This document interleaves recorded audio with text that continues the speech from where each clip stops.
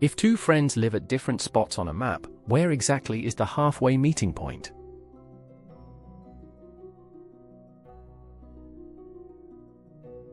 Let's plot 2 points, A at 2, 4 and B at 8, 10. We need the middle.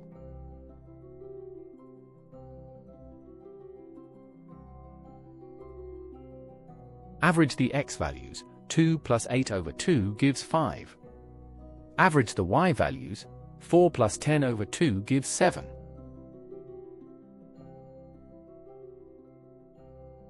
The midpoint is 5, 7, sitting exactly halfway between A and B.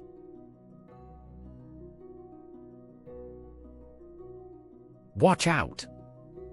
With negative coordinates, mind your signs. -3 plus 5 is 2, not 8.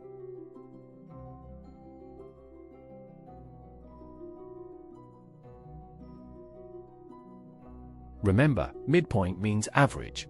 Just add each pair of coordinates and divide by 2.